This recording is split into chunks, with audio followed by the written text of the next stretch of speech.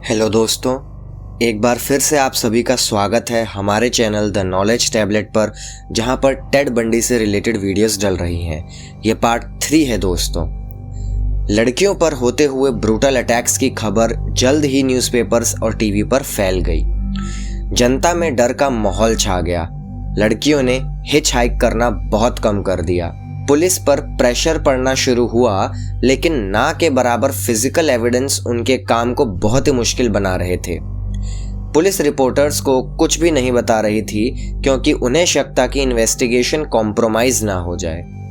Crimes में थोड़ी और सिमिलैरिटीज पुलिस के नोटिस में आई। सारे किडनैपिंग रात में हुई थी। ऐसे कॉलेजेस के पास हुई जिनमें मिड टर्म या फाइनल एग्जाम्स होने ही वाले थे।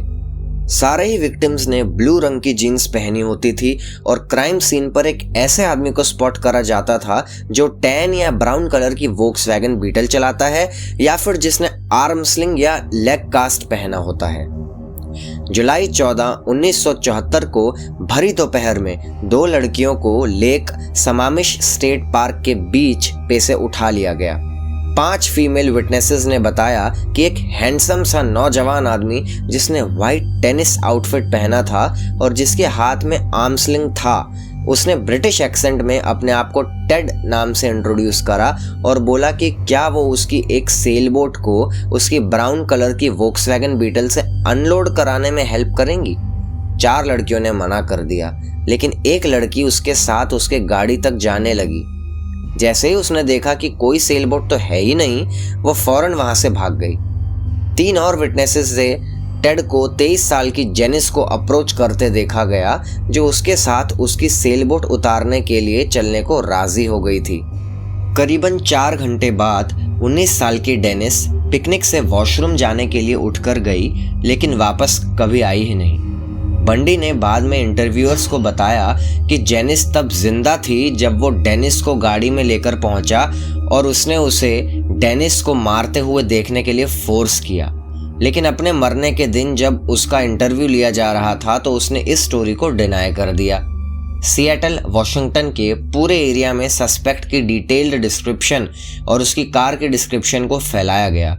एक स्केच भी सर्कुलेट करा गया, जिसे देखकर रूल, एक DES एम्प्लॉई और यूनिवर्सिटी ऑफ वॉशिंगटन की एक प्रोफेसर ने पुलिस को फोन करके टेड बंडी को पॉसिबल सस्पेक्ट बताया।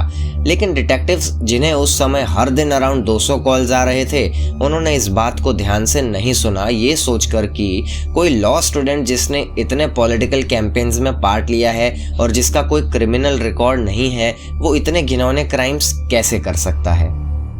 1974 के अगस्त में बंडी को यूनिवर्सिटी ऑफ यूटा के लॉ स्कूल में एडमिशन मिला और वो सॉल्ट लेक सिटी शिफ्ट हो गया। ऑल्दो उसने सिएटल में रहने वाली अपनी गर्लफ्रेंड एलिजाबेथ क्लेफर से ब्रेकअप तो नहीं करा, लेकिन इस समय के आसपास उसने काफ़ी और विमेन को भी डेट करा। उसने दूसरी बार लॉ स्कूल में एडमिशन लिया था। जब वो यूनिवर्सिटी ऑफ यूटा में वापस फर्स्ट ईयर में पढ़ रहा था, उसे ऐसा लगने लगा कि बाकी सब उससे कहीं ज़्यादा होशियार हैं और वो सिलेबस के साथ कोप अप नहीं कर पा रहा है।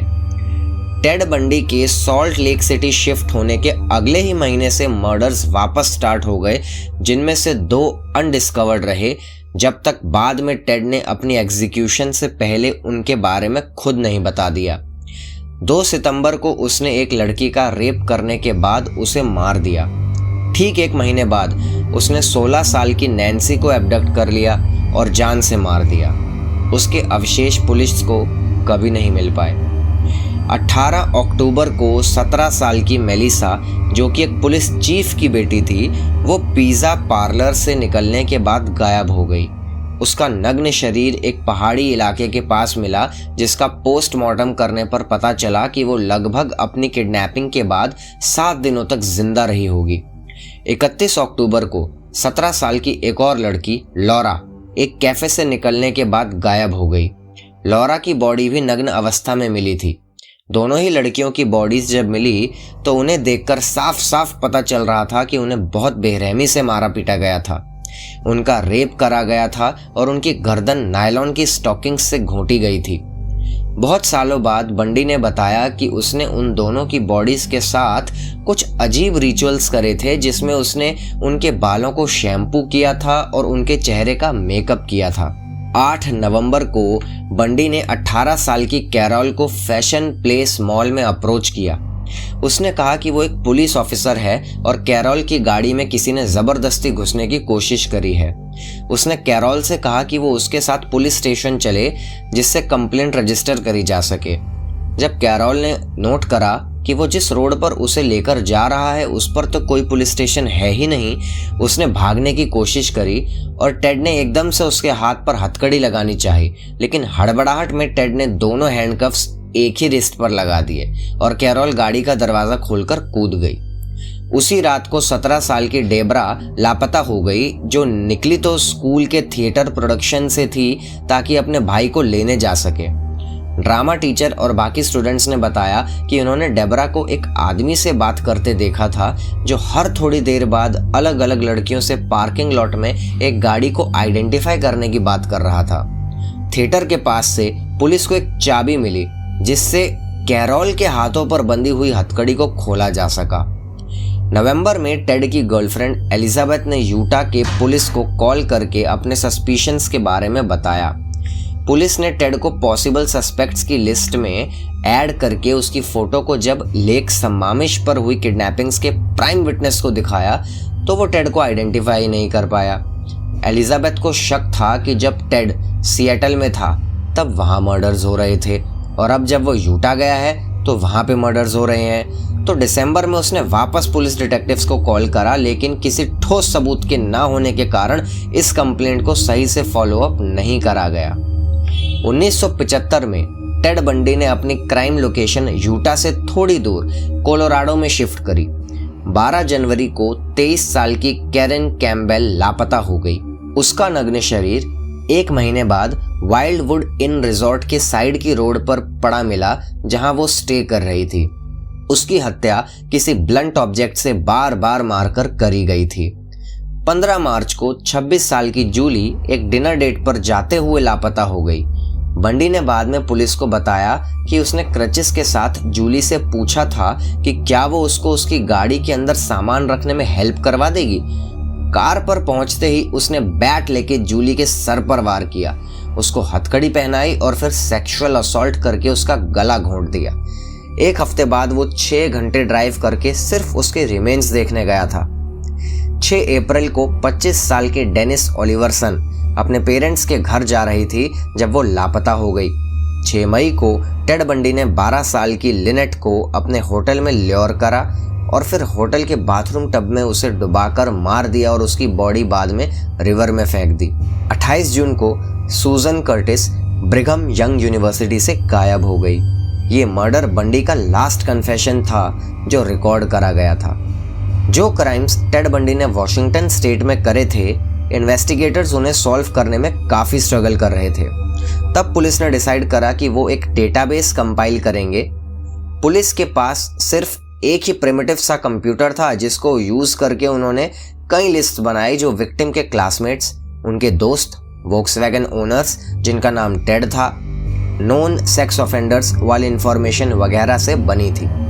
इन लिस्ट्स में मिलाकर हजारों नाम थे, लेकिन ओवरलैप सिर्फ 26 ही करे, जिनमें से एक था टेड बंडी। पुलिस उस टाइम पर अपना बेस्ट सस्पेक्ट्स की लिस्ट भी मैनुअली मेंटेन कर रही थी और उसमें भी टेड बंडी का नाम था। वॉशिंगटन की पुलिस जब तक कोई कदम उठा पाती, उसी बीच यूटा से खबर आई कि टेड बंडी को पकड़ा जा चुका है। 16 अगस्त 1975 को बंडी यूटा हाईवे पेट्रोल द्वारा अरेस्ट किया गया था। ऑफिसर बॉब हेवार्ड ने नोटिस करा कि कोई आदमी एक रेजिडेंशियल एरिया में बार बार अपनी वोक्सवैगन बीटल से चक्कर काट रहा है। जैसे ही टेड ने पेट्रोल कार को नोटिस करा तो एक हाई स्पीड चेस स्टार्ट हुई जिसमें टेड को पकड़ लिया गया। उस कार से एक स्की मास्क, एक मास्क जो पेंटीहोस से बनाया गया था, एक क्रोबार, हथकड़ी, ट्रैश बैग्स, लंबी सी रस्सी, आइस पिक और ऐसे काफी और आइटम्स मिले, जिसे देखकर ऑफिसर बॉब को लगा कि ये कोई चोर है। बंडी ने कहा कि स्की मास्क तो स्कीइंग के लिए है, हथकड़ी तो उसे ऐसे ही कूड़ेदान में पड़ी मिल गई थी और बाकी सामान तो नॉर्मल घर का सामान है। लेकिन उसी वक्त बॉब हेवर्ड के पार्टनर जेरी थॉमसन को याद आया कि किसी किडनैपिंग में इसी सस्पेक्ट और कार के डिस्क्रिप्शन को मेंशन तो करा गया था और कोई औरत बार बार इस आदमी को सस्पेक्ट बताते हुए कॉल करती रहती है। पुलिस ने डिसाइड करा कि वो टेड बंडी के अपार्टमेंट को सर्च करेगी, लेकिन सर्च के दौरान पुलिस के हाथ कोई ठोस सबूत नहीं लगा और टेड बंडी को छोड़ना पड़ा।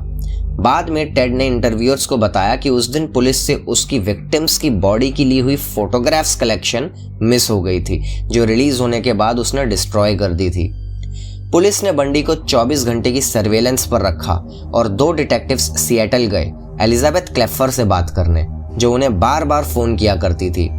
एलिजाबेथ ने बताया कि बंडी के यूटा जाने से पहले उसे बंडी के घर में ऐसे कई आइटम्स दिखे थे जिन्हें उसके लिए समझ पाना मुश्किल था, जैसे surgical gloves, plaster of Paris का बैग, मीट क्लीवर जिसको वो मीट बनाने के लिए यूज ही नहीं करता था, और बहुत सारे औरतों के कपड़े। एलिजाबेथ ने यह भी बताया कि टेड बहुत नाराज हो जाया करता था जब भी एलिजाबेथ अपने बालों को काटने की बात करती थी और टेड चाहता था कि वो बीच की मांग निकाले। डिटेक्टिव्स ने कंफर्म करा कि सिएटल में किलिंग्स के दिन टेड एलिजाबेथ के साथ नहीं था। सितंबर 1975 में टेड ने अपनी वोक्सवैगन बीटल बेच दी, जिसका पता बाद में पुलिस ने लगाया और उस कार को डिसमेंटल करा गया, अच्छे से सर्च करा गया। FBI के लैब स्पेशलिस्ट को गाड़ी में हेयर सैंपल्स मिले जो 3 अलग अलग विक्टिम्स के थे।